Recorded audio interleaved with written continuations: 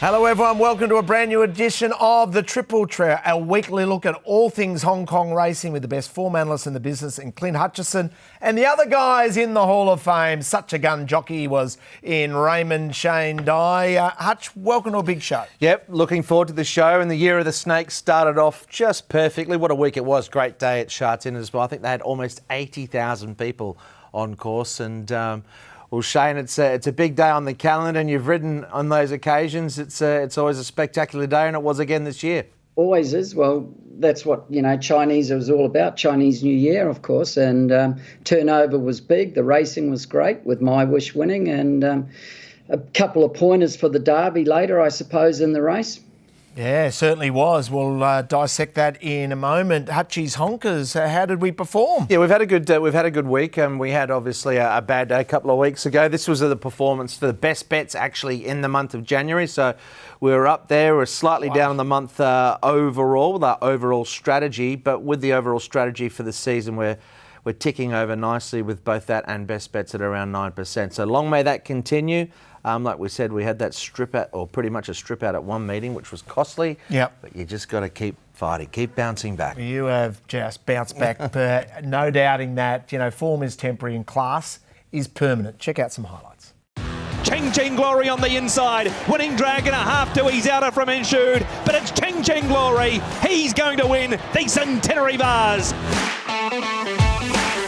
It is Mr. Ascendancy on the back up from Friday. He's got the upper hand here, and Mr. Ascendancy has won it. Harold Wynn, A. Emeritus Begso, out wider Eason, and also Gallant Valor. Happy Fat Cat, Gallant Valor over the top. Got there. He won the last.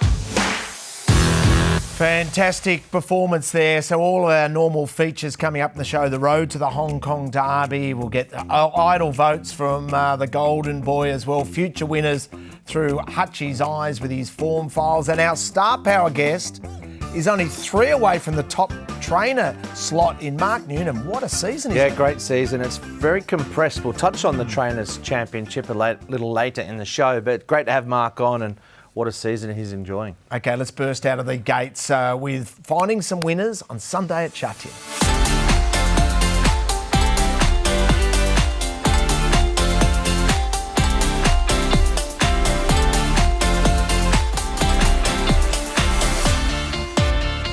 Sha Tin on Sunday. Hutch, let's find some winners. Can I concentrate your thoughts on race 8? Who do you like? The TVB Cup, yes, one of the features, the highest quality race on the card. Very even race. I've got Co-Partner Prance, a marginal favourite. A lot of these horses have competed against each other in my early rated price with Lucky With You right there. He's back sort of against a little bit easier opposition. Raging Blizzard going for 3 in a row. He's beaten some of these. And Gorgeous Win, same sort of price. But it's an interesting race, and the key part of it, Shane, will be the pace and tempo. Now, what a lot of these horses have been competing, including Raging Blizzard, of course, and Gorgeous Win here, is coming off a strong speed where the leaders have been vulnerable. Don't see as much pressure here. I like the way that Co-Partner Prance finished off, and of those coming out of this form reference, he's the one that can take a spot.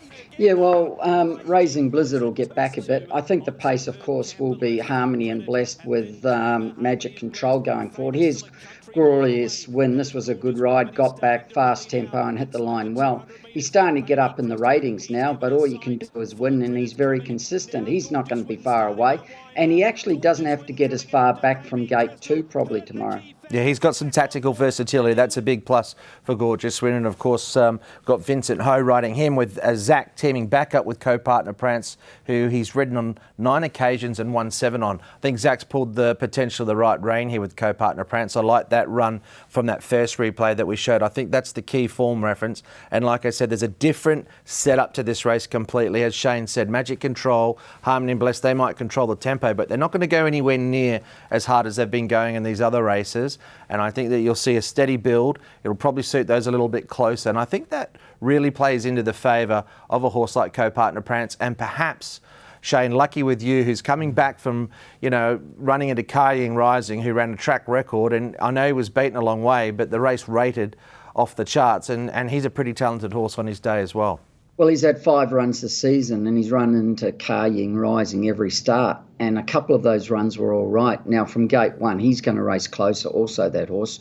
And he's going to run a mighty race, I think, tomorrow. He's going to go better than he's been going anyway because of the class drop. So lucky with you and Magic Control coming through that Group 1. So down in grade, only the 8 runners, so a small field. Yeah, it's small field. It's a small field. Oh, look, I think Co-Partner Prance is the one to beat. I think Lucky with You hopefully might be a play. It'll be an interesting market. On weights and measures, probably Raging Blizzard's got a bit to find, but like I said, I just think the race shape's a little different here. So 3, 4, 2, 6, Shane, who have you got on top? I'll go Raising Blizzard, who just set off them and track Clint's tip. Co-Partner Prance. From Lucky with You, who's an improver, Co-Partner Prance, and of course Glorious Win. And I think those 4 pick it in that race, Clint. It's just a matter of which way you want to go, but they stand out. Let's fast forward up to race number 10 here, 1,200 metres. Ratings 80 to 60. What do you like? Honlock Golf is 2 from 2, and look, I think he's a son of grunt who'll get better over 1,600 metres, but he keeps winning, and he's been in 2 quick races where he's stayed on strongly. Majestic Express is in stellar form, had excuses in a slowly run race the other day. Interesting runner there, Call Me Glorious as well. I think Call Me Glorious can run a nice race, and Triumphant More will go forward.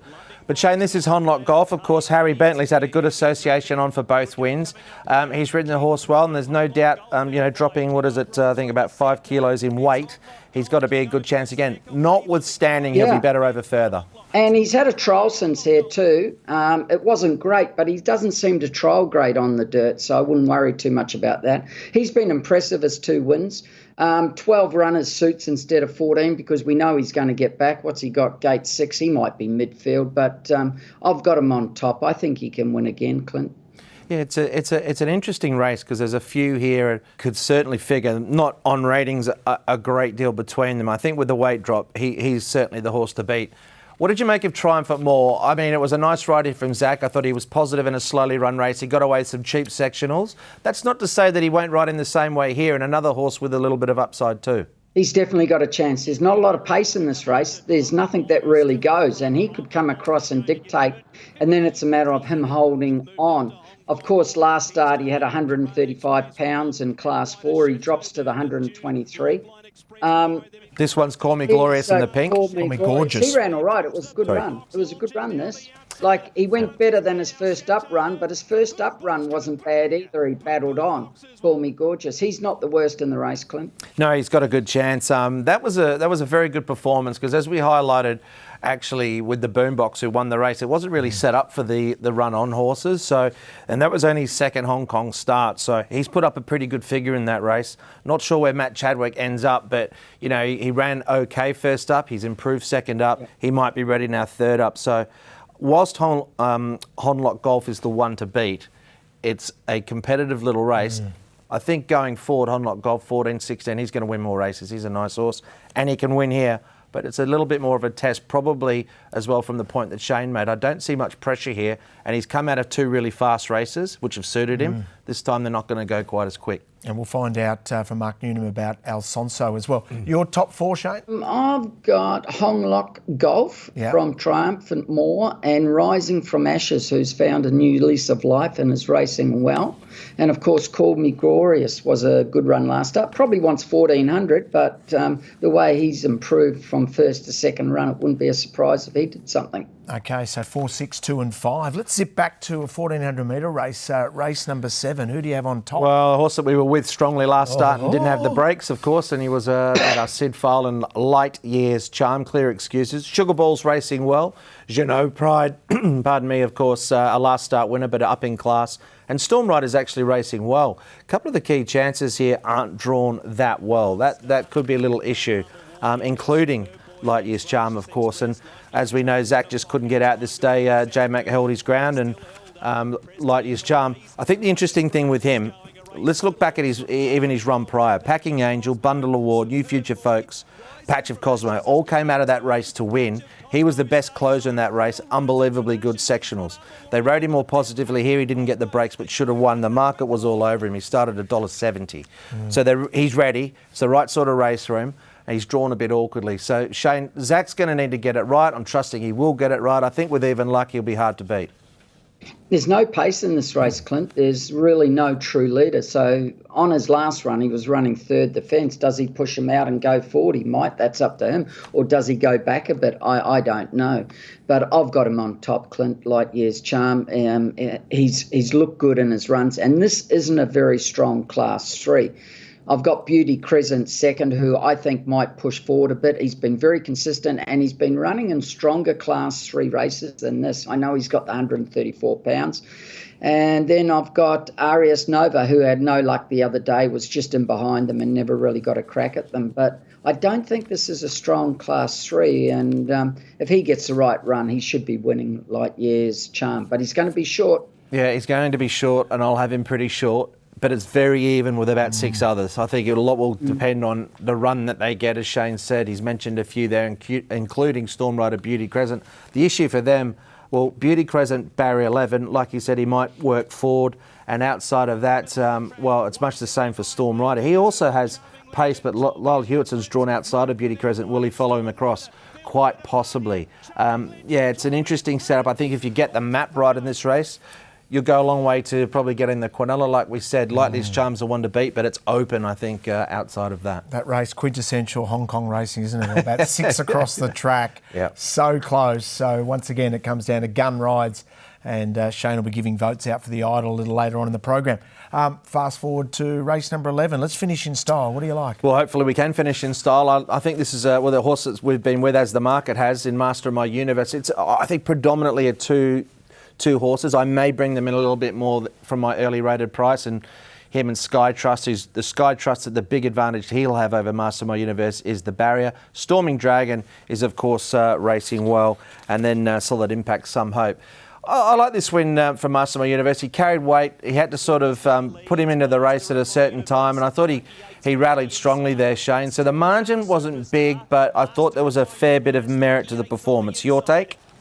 Well, he's racing well. He's done nothing wrong. 2 seconds, 2 wins. Goes to Class 3, so he drops... it was Class 3 last start that he won, so he's just gone up a bit. But he can win, but he's going to need a good ride, and the pace has to be correct. And I think Sky Trust is going to get the perfect run in the race. Now, it all depends how the track's racing, whether they're coming from front or back for Master of My Universe, I think. They rode Sky Trust a little bit more patiently recently. They drew gate 12. Huey went back on him, and he actually showed an unbelievable turn of foot. His last 400 was 22.05 at 106% finishing speed. This is him out wide here. A really good performance from this horse. I didn't know he had that turn of foot in him, because generally they've been riding him forward. So I think it gives them a little options now. Now, in this instance, Shane, you'd imagine Hugh won't give away that barrier, but it means he'll be right there. And if he lets go like that, he'll be a big chance. Yeah, well, he's not going to finish as quick as that, but he's going to bat it on.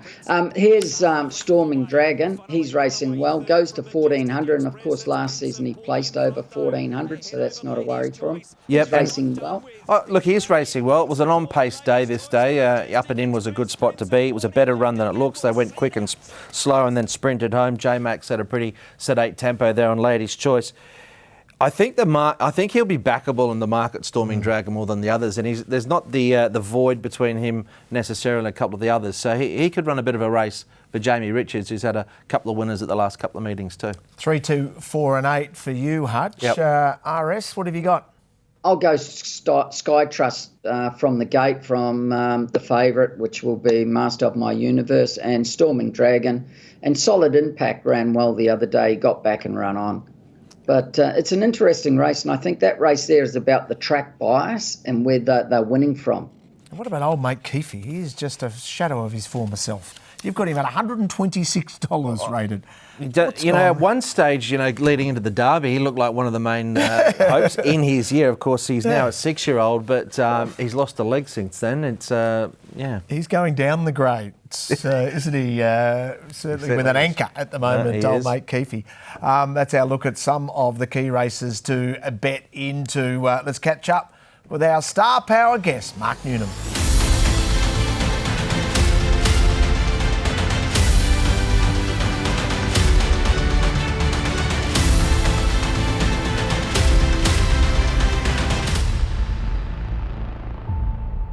Glory Elite leads over Lucy in the Sky. My Wishes wider out with Packing Hermod. Then came Cap Ferrara and Fast Network. My Wishes run to them at the 200 metre mark and put a length over Lucy in the Sky. It is My Wish in front. Devano screeching up the inside. My Wish is in front of Devano. My Wish for the Classic Mile. Low Pan Spirit out wide, Sunny to best. He's been able to get through now on the far side, Sunny to best. And out wide, Medwin to win. Flying late from South Africa to Shah 10 and a win. Our star power guest is in great form. They're just 2 of 26 wins so far for the season. Only 3 off the lead. Mark Newnham, welcome to you, mate. Congratulations on that Classic Mile success. Yeah, hi guys. Certainly last Friday was a big day. Being Chinese New Year race day, there was about 80,000 people there, and always important in the local community here to make a good start to the new year. Well, you've done that, mate. In the year of the snake, I'm a rooster. Ox. You're an ox. Mm-hmm. I forgot what Shane was. I think he's a horse. I think he's a horse. Yeah. Do you know what you are, Mark? Monkey. A monkey. Okay, well, enjoy. What a great start to the season. Can we reflect on that Classic Mile? I mean, it's such an important race, and 80,000 people there. Must have been a huge thrill for you. Yeah, it was. And look, it's a very important race on the calendar here because, owners are focused on, the 4-year-old series. With every horse in the yard that's 4-year-old, they want to have a chance to run in these races. And, he's progressed really well, this horse. He's only tiny, but, working with my staff and Luke with him, I thought come Friday it was probably the best he's been. His appetite had improved. His last trial going into it was good. His work on the Tuesday was very good. And he paraded a lot better than he has previously. So he's just starting to relax and acclimatise to life and racing in Hong Kong. And what was the discussion like pre-race? Because he's generally been an on-pace horse, but he looked a bit unlucky in the lead-up run, Mark. The race didn't unfold how he wanted to. Were you with instructions to Luke to be positive again and just give him that similar sort of ride and hope to get the breaks? Yeah, and look, he to get to a mile at his previous start, we had to give him every opportunity to relax. He was able to get, his first start of the season, he led all the way over 1,200, and he'd pushed forward in a couple of 1,400s from wide gates. But for him to have his chance to run out a mile, his race leading into it, he needed to settle, and they didn't go overly quickly. And he just got boxed up and didn't get out till late. But at least it taught him how to settle, and his racecraft has improved a lot. Once he got into that spot on Friday, he was always going to be hard to beat because he's got a good turn of foot and he's a hard horse. Once he finds the front, he actually hasn't had a horse run past him. And Shane, an eye-catching run by Devano in second. Yeah, got back and run on well, but they can do that, those type of horses, with doing saving energy early. Only thing wrong with him, Richo, is his breeding. Is he bred to stay? His breeding doesn't suggest it. That's interesting. Well, let's put the G1 Goldmine lens over Devano there, and there is some big bubbles around on that third line, the dancing line, around that 1,600 metres. Yeah, I think 1,600's okay for him, 12 to 1,600, but it does whittle away when you get out of it a little bit further. But look, he surprised me how well he ran, ridden patiently from Blake Shen there, and he closed off well. His sectionals were terrific, but pedigree-wise, you certainly have a little bit of a query. Yeah, so do you assess it that way, Mark? And then what do we see with My Wish next? Oh, look, My Wish will go to the Classic Cup, the 1,800. It's generally a fairly soft start, the 1,800 metre shoot, because they've got 800 metres in a straight line till they get to that first turn. So they can be pretty sedate in those races. So he's able to take up a spot like he did the other day. He'll be hard to beat. when we get to the Derby at 2,000, well, that can be a different story because, there's a short run to the first turn, a little bit more pressure, and horses caught wide once they get into the back straight generally have to do a little bit of work to get their spot. So, a lot of that race will depend on, what the makeup of the field and the barrier draw is. But look, he's got the run on the board already and happy to be there. Yeah, big asset as well, Mark, as we mentioned. He can settle on speed and he can quicken off it. So it's an attribute you'd like any horse to have. Yeah, and look, it wouldn't matter it being a derby here or a derby in Australia. You don't have to be a true stayer against your own age group. You just need to relax. So if you conserve energy and sprint home, you're a chance. Well, talking of relaxing, we had the Group 1 Goldmine run over mid-winter wind. Now, I wanted to show you this as well because he brings some interesting form from South Africa. Pedigree-wise, you'd probably say, according to our Group 1 Goldmine, a mile would be optimum, but they did try him over 2,000 in South Africa. What a turn of foot this guy showed with weight. He's going to make our Derby rankings, which we'll touch on soon. Tell us about this horse. Yeah, look, he's certainly interesting because, there hasn't been much exposure to South African horses anywhere in the world in the last few years, just through quarantine restrictions. But a lot of those restrictions have been lifted now. He arrived here on a high rating of 78 and has run in some nice races, although his wins have really been between 1160 and 1400. I did trial him recently over a mile with this 4-year-old series in mind if he did have time to get there.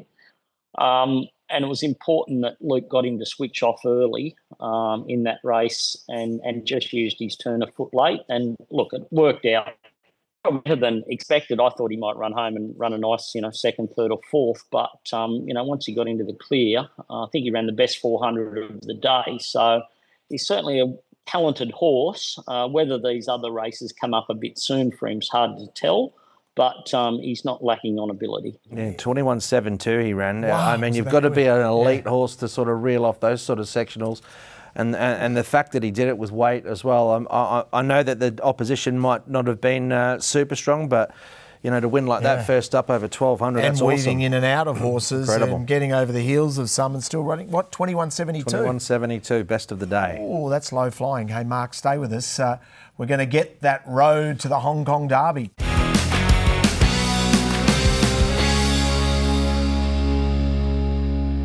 The road to the Hong Kong Derby, Hutch, and it's great to have Mark to get his insights throughout. We love all your rankings. Let's talk about Packing Angel. Yeah, well, as soon as Shane mentioned a couple of weeks ago, the Derby picture changes quite a bit through week to week.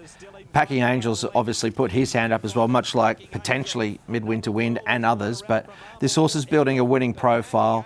He's posted some pretty good time here. He was wide with cover and quickened up nicely. He's a son of Shocking. He'll get the trip. I don't think there's too many worries about that. And he's still learning his craft, Shane, but he's impressive. And that was another good win from him. They haven't tried him over further, but I think he'll be suited. What's your take with him? Oh, he's a nice horse. He's going better every run. He's going to run 2,000, you would think. He relaxes in the race. He's just bred. As we know, Shocking won a Melbourne Cup 3,200, but for some unknown reason to me, they can sprint and they can stay. So he'll get his chance to stay, and he's got a great chance. He's the one that's on the way up. And he also does a thing that Mark mentioned. Mark, he can settle in a race, and he seems to quicken off it, so that might help him along the way. Yeah, well, you get a lot of horses running the Hong Kong Derby that, probably are only 6 and 7 furlong horses, but because their rating's high enough and, the owners desire to run, they end up in a Derby. But if they relax, there's still a chance of winning it. And, you look at the winners over the Hong Kong Derby in the years, there's a lot of horses that, never get to 2,000 again and no need to and are better at, 14 and a mile. But it's all about how they get through the first 3/4 of the race, conserving energy. That generally dictates their chance at the end. Yeah, it's a perfect summation of it. Peak ratings. Let's have a look at your rankings. Here's my rankings. Now, as I've mentioned in the past, this is weight adjusted and off their peak rating on my figures. Now, Capferat and Mickley both come through one race with this peak figure, which I might have rated too high, and I might have to reassess that performance because Capferat had an excuse, Mickley hasn't gone to that level, and that race just might be a one-off, which I have to reassess. But it's very even, pardon me, with the rest of them. You can see that the rest of them are covered. My wish for Mark, he's actually got a couple of numbers in the 80s. You love to see that when they can consistently perform at a certain level. Midwinter Wind has come into the fray. We've got Devano in there as well. He's off the back of that run the other day in Packing Angel. So I'm not sure the pitch is any clearer. No. There's a few more chances. And maybe history will tell us. If we have a look at how the winners have got there in the past, which is always interesting, how many runs that they had leading into it. I mean, I suppose Massive Sovereign threw it all out the window last year. Prior runs and prior wins. So this is an interesting stat which will probably please Mark. In the last 21 years, there hasn't been a horse won the Hong Kong Derby who hasn't won a lead-up race, at least one. Right. And more often than not, it's multiple wins. You're going back to the likes of Forge Bubble, Romantic Warrior, even like Golden 60, just a lazy 9. Yeah, there's a few of them that have won quite a few races. It's actually quite rare that a horse only won one race leading in. Furore, Massive Sovereign fit that bill. But part of the profile when you want to win a derby, you do need quite a few runs. And if you've won multiple races, you're a much better chance. In fact, I think in the last 6 years, only one's won one race. It's been 3 races or more. So my wish will fall into that category. And there aren't that many in that list that we've got that have sort of won the multiple races. So it bodes well for my wish for Mark. And Shane, you saw HUTCHI'S reference to the past and also his rankings. Right now, give us your top couple that you're keen on from a derby point of view. Mickley, John Sizer's horse. I think he'll be ready Derby Day. The 2000 suits him. I think at this stage, I think it's a very open derby, but if I've got to ride something, I'm riding him. I just want to ask Mark a quick question. We didn't have him up there, but he's got a horse called Ramadan who had big raps on him and ran International Day. Now, he come here for the Derby or meant to have. He hasn't had a run yet. I think he's had a trial. Can he still get to the Derby or not, Mark?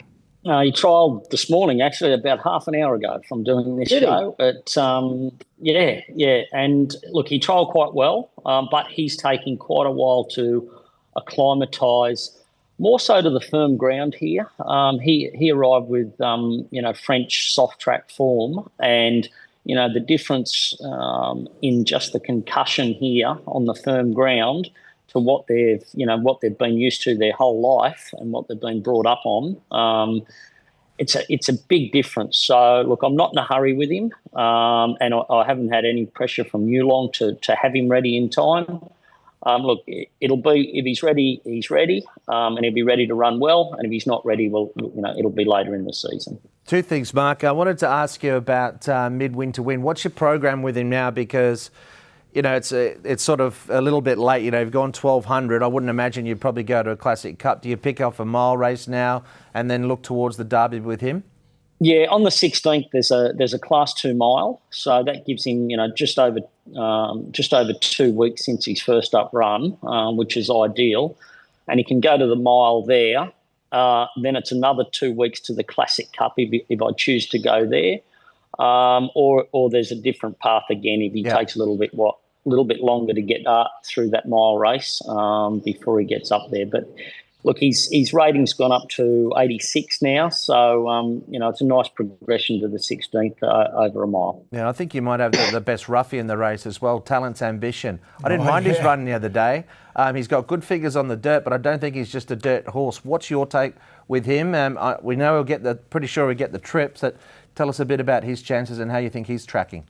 Yeah, look, he'll lead up 2,000. Getting him to the Derby, speaking with the handicapper here, is that they don't regard his dirt form at all. So he may have to take a different path if he doesn't qualify to run in the Classic Cup. There's a 2,000 Class 3 on the same day, which we'll use as his Derby lead-up. But, look, he's a nice horse who probably raced a touch close for him the other day. He probably needed to just come back a length or two and that would have added to his finish. Yeah, I think it's a shame if he didn't get in, because I think he's a kind of horse that should be given he'll get the trip. But let's hope that the plan works out okay for you, Mark, anyway. Mark, looking forward to Sunday. 5 runners. Can I start with an early race number 2 in Lucky Sam Gore? You've got Times Table, Midori Giant. Alfonso's interesting as well, and Casa Rochester. But Lucky Sam Gore, what are you thinking? Quite a nice horse. I was happy with his last trial. It was run at race pace on a really wet track. But he worked home nicely. He'll settle mid to back on Sunday, and I'd expect he'll be strong late. He's a nice horse that'll get over a mile. He's quite green, but I'd still expect him to run well. Yeah, one of the more interesting runners you've got on the whole day. I'm not sure it necessarily can win this weekend, but he did catch my eye the other day, Mark, in Times Table. He hit the line pretty well over 1,200. He's now having his 3rd run in Hong Kong, and he got home pretty well last time. I think he might be one that could figure in the finish at a big price. What did you make of his chances on the weekend? Well, he does a lot wrong.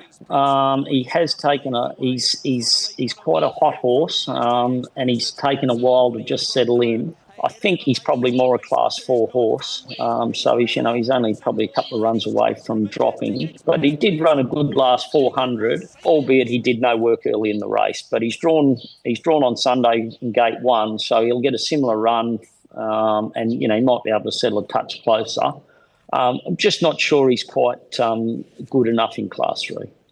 Golden Boy, what do you think of the 5 runners that Mark's got? Got a couple of rough chances. Nothing stands out. I thought the first starter's trials have been good, but he wants a bit further. I thought Midori Giant in race 9 went well the other day, Mark. He didn't have a lot of luck the last furlong, and it was a good run. Got an awkward gate, though. Actually, I don't mind the gate for him from that 1,800.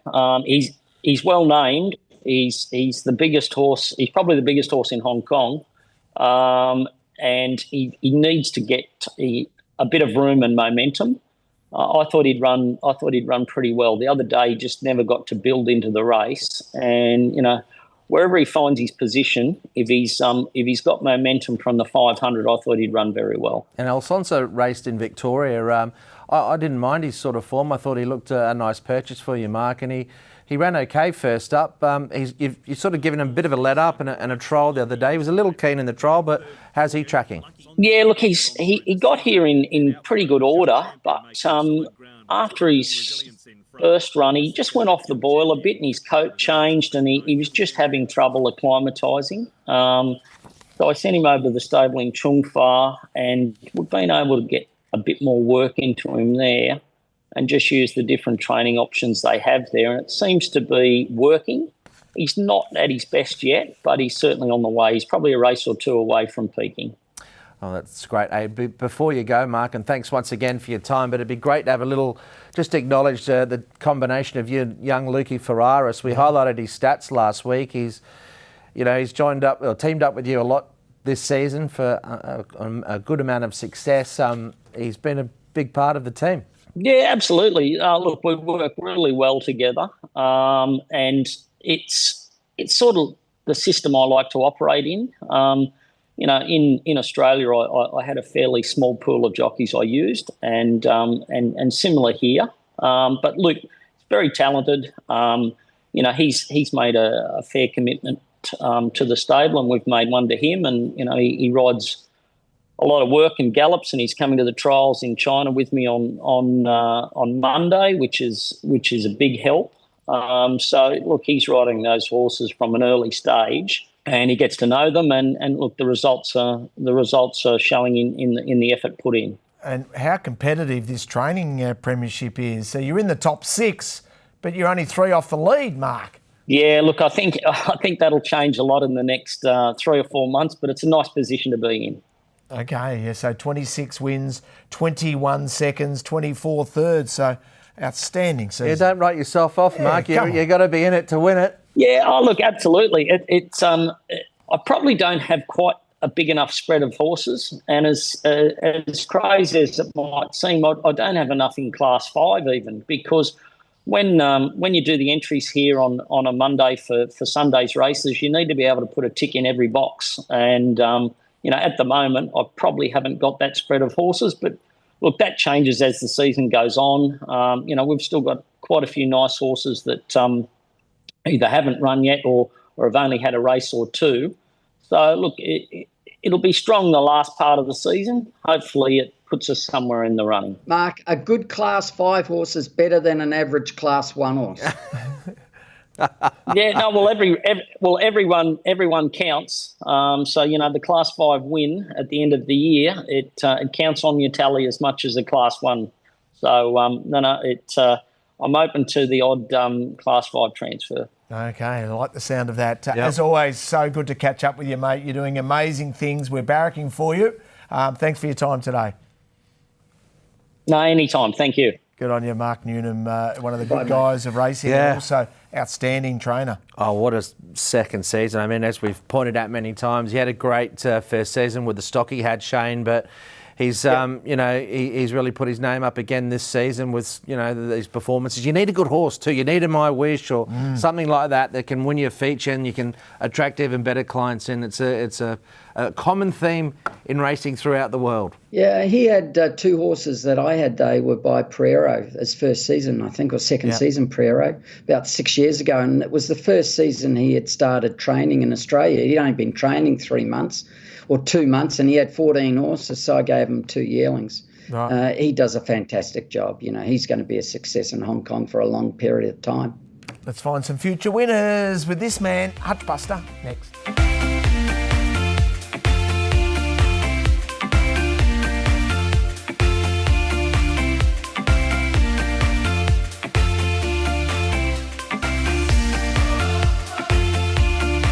The Form Files, trying to find future winners. Top-rated performance, Hutch? Well, no surprise that Chan Chen Glory was the higher-rated performance. He's a talented horse. He's just that cog below the absolute best. But we're talking about absolute stars in the Voyage Bubbles or what it may be. But, of course, he competed in the Derby last year, wasn't disgrace. And I thought lovely ride here from Huey, put him in a spot. It was a good result, the race for us, of course, with Winning Dragon finishing second. Both were plays at nice prices. And a few of the subscribers got the Quinella, so well done, boys. And, it was a nice effort. And, they ran pretty good time. So he's a talented horse. He'll continue to be competitive at that level.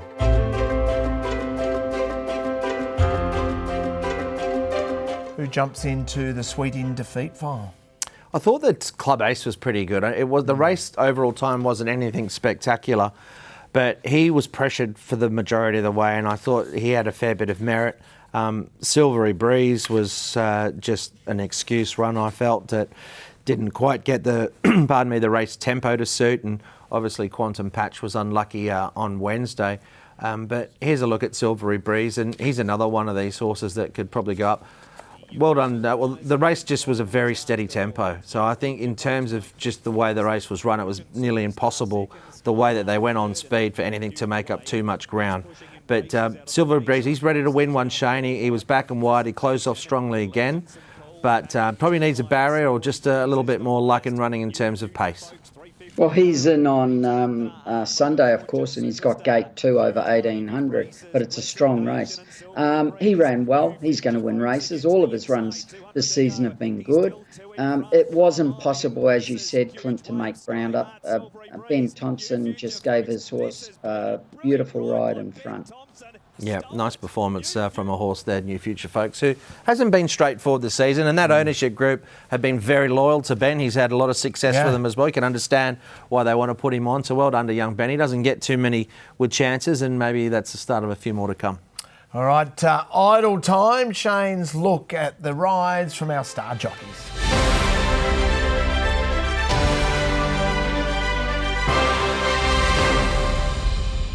Golden Boy, your time to shine. Who caught your eye? Well, last week I could have put up numerous rides, even on Wednesday night. There's been some really good rides. The boys are riding well, but I've gone Ho Ho Star. And the reason why Matthew Chadwick, gate 5, this is a really hard horse to ride. If you dig him too much, he over races and pulls and can't win. Now, if you watch Matthew, he just lets him run a little bit, without digging him too much to get him into a right spot. And he wants to stay one off, but then he goes to the fence. But he never jumps well. Now, that horse can't win if he's back last because he can't make up that much ground. But he can't win if you're being dug, being fourth or fifth, because he'll just pull and stop. So he just got him into the right posse. But if you watch when we entered the straight here, he doesn't panic on him at any stage of the race. He sits quiet here. He's 4 back the fence, I should say.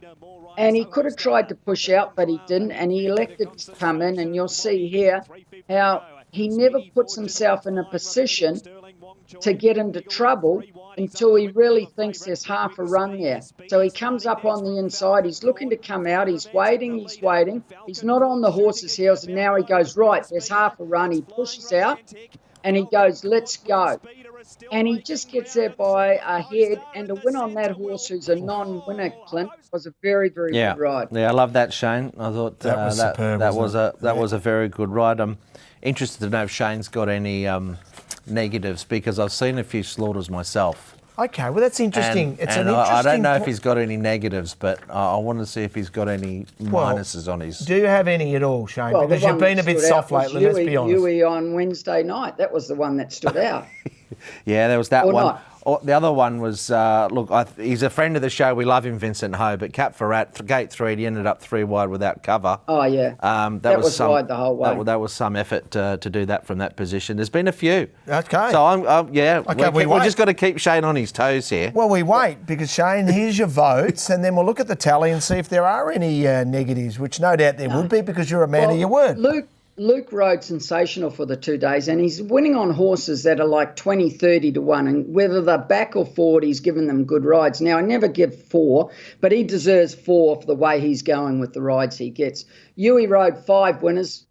He could have had, the way he rode was sensational, and then he butchered one on Wednesday night. But never mind. All he had to do was come out and follow them up and around. What was it called? The favourite, $1.40? Yeah, there was it was sort of a moment there. I wasn't as critical on that one, Shane, because there was a moment where he should have come around. I think, obviously, in hindsight, it's 2020, but... Oh, it is. He just erred at a certain time, and then it was like, well, the run, you can't come around them now because he could, he just didn't have that option open. He elected that split second not to, and went back in. The right move was to come out, but it was a 50-50. I actually think he was going to come out, but then he got inside his heels and he couldn't, and he was dictated to, so he elected to get a run. But the thing that I'm worried about there, it's the A track at Happy Valley, and runs don't open up on that A track like they do B, C. So that's the thing. But it should have won easy. It's going to win races. Matthew, 2 points for that. And then, of course, let me see. Ben got a point. It was a really good ride. Harry Lyle as well. Matty Poon, Ben Thompson, and, of course, Matthew Poon's riding really well, isn't he? They're getting some opportunities, these kids. I mean, I agree with everything you said about Luke, but Matthew Poon, it was a great story that Nicole did with him last week, and he is delivering. But I said early in the season, Clint, after about 3 or 4 weeks, he's a different jockey. He's actually putting horses in the right positions, whereas normally he may not. And that's why he's had a great season and he's riding well. Now, whether he's speaking to someone, a form expert or not, I don't know.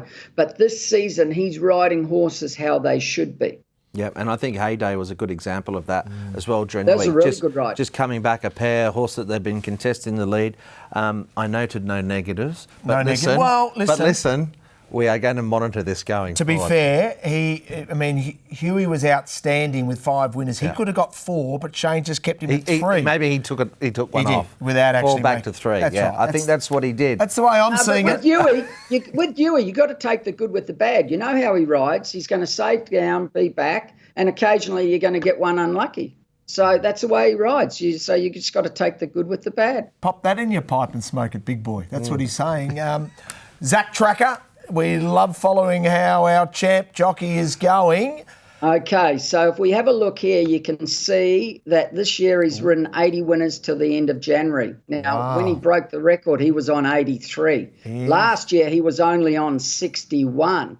So he's 19 ahead of already last year. He's on track to break the record, as I've been saying all season. Now, what does it come down to? It comes down to being hurt or suspended. Yep. If he doesn't have many suspensions or get hurt, he's going to go very close to breaking the record. Yeah, and he's got the right kind of the horses that he's riding as well, that you can see winning multiple races. So let's hope he stays sound, because he may well do that. Yeah, when you looked at He's riding extremely well. When you looked at that graphic, so he's been on target, I think November. Well, you love a run rate with your cricket. Correct. And, November hurt him a touch compared to the record-breaking. Well, J-Mac went up there in November. And also December. Yeah. Get rid of that little pesky James McDonald and look at January when the little pesky one nicked off. Yeah, different ball. You know what I'm saying? It's interesting, isn't it? And I think we'll show some stats with regard to jockeys and trainers, etc. But I think Zach's ridden a winner for all but 5 stables at the moment, and most jockeys in Hong Kong, really well. Well, we're getting to the halfway mark. We're getting to 44 of 88, and look at that training premiership. That is incredible. Yeah. John Sires is someone that you put a little asterisk on, Shane, about a month ago, and by gee, he's starting to get some momentum too. Actually, Clint really did. He's riding his horses a lot more quieter. For a season, they were all being bustled and ridden closer, and that's why he failed last year, I believe. That was one of the reasons. Now, his horses aren't trained to be ridden forward. Some can, but not all. The way he trains them, and I rode for him for 3 years, and he was leading trainer every year I rode for him. They've got to be given a chance. It's just the way he trains. And for a season and a half, they were bustled to be up there, and it didn't work. Now, if you have a look at most of his horses and most of his winners, they're all coming from off the pace. Of course, you're going to get a horse that runs sometimes, but he's flying at present. Yeah, I can vouch for that too. Shane used to always ride them with a bit of patience, had plenty up their sleeve, and get there by a short margin. That's right. Don't win by a lot. Don't win by a lot. Tommy Smith, put them all on pace. Jump out, go, go, go. That's how they were trained. And you knew that. And Tommy, just put it up there, son. Just put it up there. It's a good impression. You've got to change a bit. A little head wobble too. Come on, son. Oh, fantastic stuff. That's our look at an analysis of all the jockeys' rides. Hey, let's grab your pen and paper and let's go to school.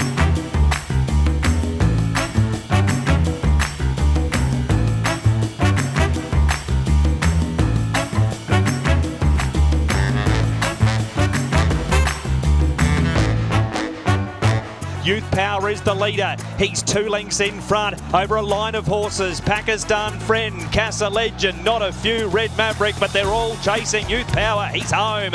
Youth Power, too good. Youth Power, Green Lamps, number 8, Keith Young, David Hayes. Turin Star Spangled and Bravehearts is flying home, as is Fallon Starmac through the centre. Bravehearts. This one's gone brown too. Mark Newnham, Matthew Poon.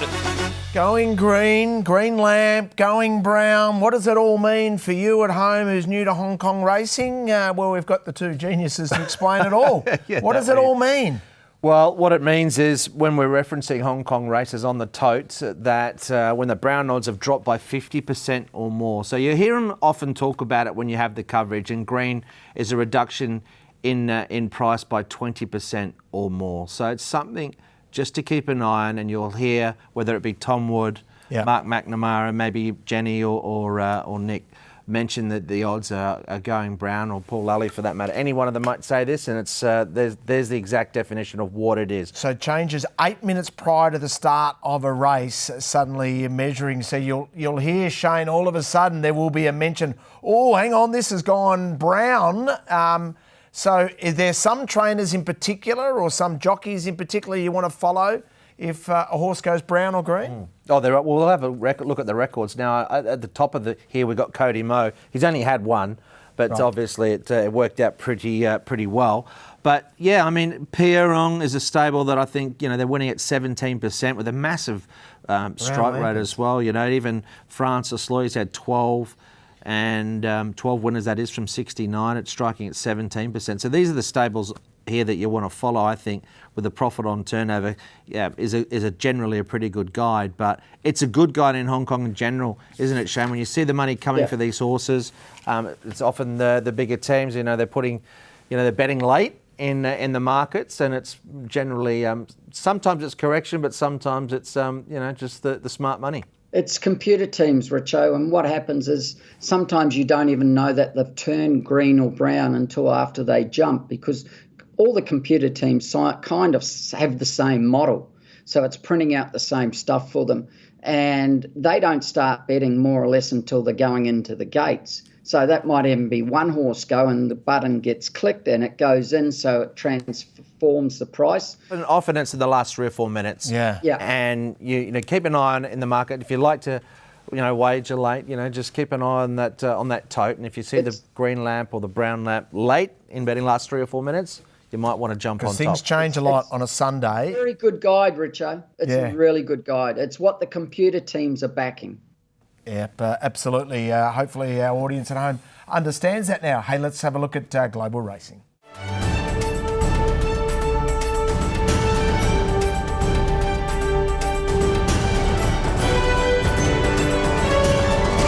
Global racing, and everyone around the world mourning the passing of His Highness the Aga Khan, who bred and raced some of the greatest horses we have seen in his iconic colours, derbies. There's been horses racing in Australia. They've raced around the world, gave so much to racing, His Highness Prince Karam the Aga Khan. So we pass on condolences to all those that followed.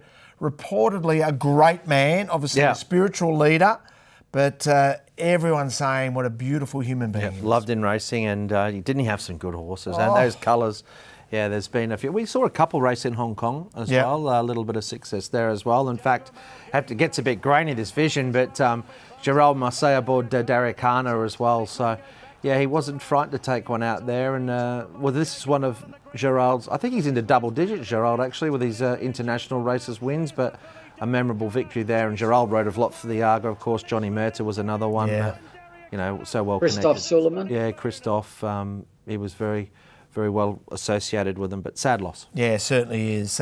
Hey, Romantic Warrior, I mean, what a win that was over in Dubai. He broke the track record, Did he really? Yeah. Wow, he is just flying along. So what are we hearing? I think the interesting part about the latest news that I've been reading, Shane, I don't know if you've seen any of this, is just with the shoes. Danny Shum's trying a different pair of shoes out, the American type shoes. And I didn't realise on dirt until I went to America how many different kinds of shoes there are for the surfaces that they race on. And he's going to try them out on the stablemate who travels everywhere with him. It's a good gig, that Romantic Charm has. He just goes everywhere with the Warrior. He's his travel buddy. I did that with Kathy Freeman. I was a stable pony. He can't use those shoes in Hong Kong, so he hasn't been able to try them. It's interesting. I don't know a lot about it. It is interesting. I think like something grip or, anyway. Danny's exploring it. He's all over it. And one of the key rivals, of course, I think won the Pegasus, will not be going to that race, who might have been a pace influencer. About the Saudi Cup, Yeah, so the Saudi Cup. Richo, when you were at that one of the fastest sprinters in the world, did you have different shoes for different grounds and tracks? No, mate, I was just lucky to take anything Adidas gave me. Ding! Hey, the Festival of Racing was launched yesterday in Melbourne, and the CF4 Stakes is the first of 10 Group 1s in Victoria. That it is, and we are going to be covering Futurity Stakes Day, of course. That's all on the 22nd. What a day of racing that is. Also the Saudi Cup Day. They've got, I think, 6 races being beamed in from Saudi Arabia. And the following day, Hong Kong Gold Cup, Queen Silver Jubilee. Gee, the next couple of months. What a couple of months of racing that we have on the calendar, both with the Whirlpool. I mean, we've got all the great Victoria into Sydney. Globally, we've got Romantic Warrior travelling. It's just going to be huge. Don't forget our good friends in Queensland as well. There's some Whirlpool racing there as well. That great carnival as well. Cannot wait for that. Social Stable.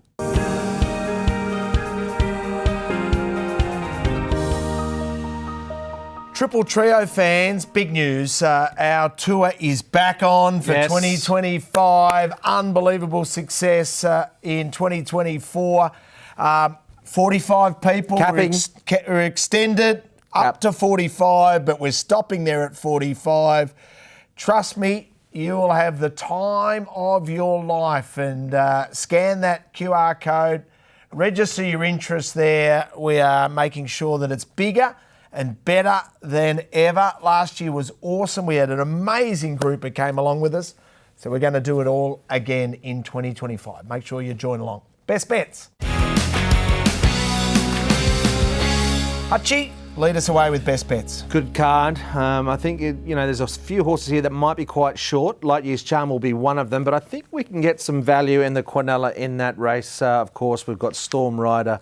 I think he'll run a big race in that event along with 9 and 12 in the queue. So hopefully we can get a little bit of meat on the bone in that race. Mastermind Universe, single queue. You only need 2 in that race. And of course, that's the one that Shane's giving a good chance to in Sky Trust. And I think, talking of Sky Trust, who has Hugh Bowman on, I think Hugh's got a great chance. And this could be another one into the Derby fray. Low Rider. He caught our Sid File. Huge run on debut when he missed the start by 5 and held up in the straight. He still nearly would have won. I think he looks a really good bet too. Golden Boy, what do you like? I agree. I think Low Rider will run really well. I think he'll be very hard to beat. I'm going the first race. I'm going Lucky Man. Number 1, drops to Class 5 for the first time. All of his runs in Class 4 have been pretty good. He's got gate 5. He'll get a good run. Now, Richo, yes, are you ready for the best Monday morning all year on Monday? Oh, Super Bowl. I'll be at the Inglis Classic sale with my iPad on streaming on 7 Plus the magnificent NFL Super Bowl. I'm ready, Shane. Who wins? Who's your tip? Well, Kansas, of course, I hope. Well, you're barracking for them, but what about as a punter? I'm on Kansas. Okay. Yeah. You agree? I'm not on anyone, but I hope Kansas wins. Okay, I'll go Philadelphia just because I want to be different, Oh, if you don't mind. Christ. And they come out with Rocky music as well, and that's damn good. That is. Hey, Golden Boy, thanks for your time today. Thank you. See you next week. See you, team. Hope you enjoyed the show. See you next week. Good luck.